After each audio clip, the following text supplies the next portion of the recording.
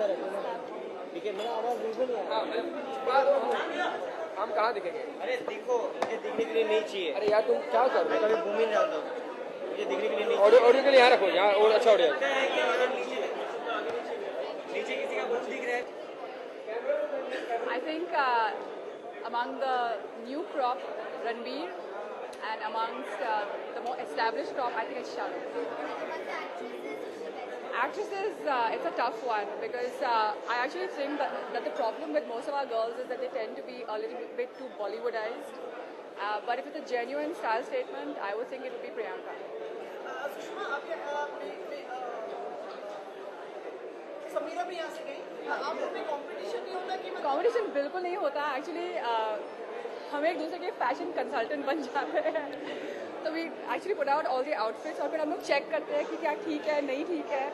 और समीरा मुझे she keeps loading me things also. पर हमने आपको देखा है कि आप ड्रेसेस में ज़्यादा रहती हैं और वो लो नेक में ज़्यादा रहती हैं। हाँ, low necks, that's news to me. Low neck lines में ज़्यादा रहती हैं। ऐसा कोई पर्टिकुलर बात है? नेक्स्ट टाइम से मैं भी बिल्कुल आपके लिए ना मैं लो नेकलाइन पहन के आ जाऊंगी।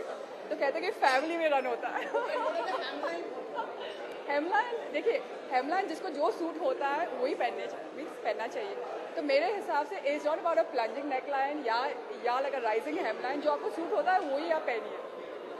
एक चीज़ मेरे को बताइए कि इस इंडस्ट्री में आपने बताया कि प्रियंका चोपड़ा के बारे में कहा जा रहा है 2011 में उन्होंने मतलब बेस्ट ड्रेस का अवार्ड दिया जा रहा है, कहाँ तक सहमत हैं आप?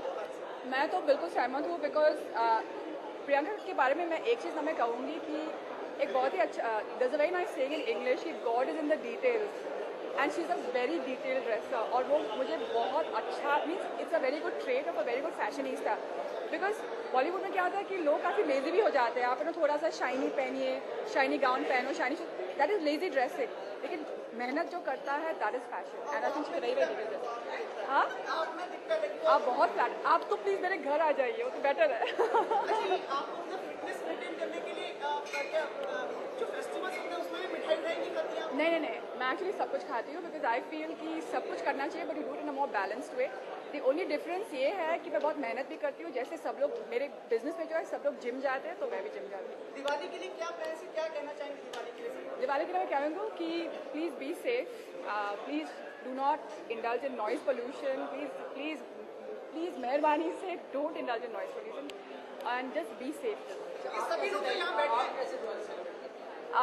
ऑलवेज फैमिली के साथ बिकॉज मेरे घर में यही प्रॉब्लम होता है कि एक बहन she lives in Greece, Sameera तो round the year she is working, so am I. तो फैमिली टाइम बहुत ही इंपॉर्टेंट होता है, very very important for me and Diwali for me is about family. सभी लोग क्या बच्चन साहब के लिए जन्मदिन की शुभकामनाएं देना चाहते हैं, कुछ कहना चाहेंगे बच्चन साहब के लिए? उनका 11 तारीख को जन्मदिन है।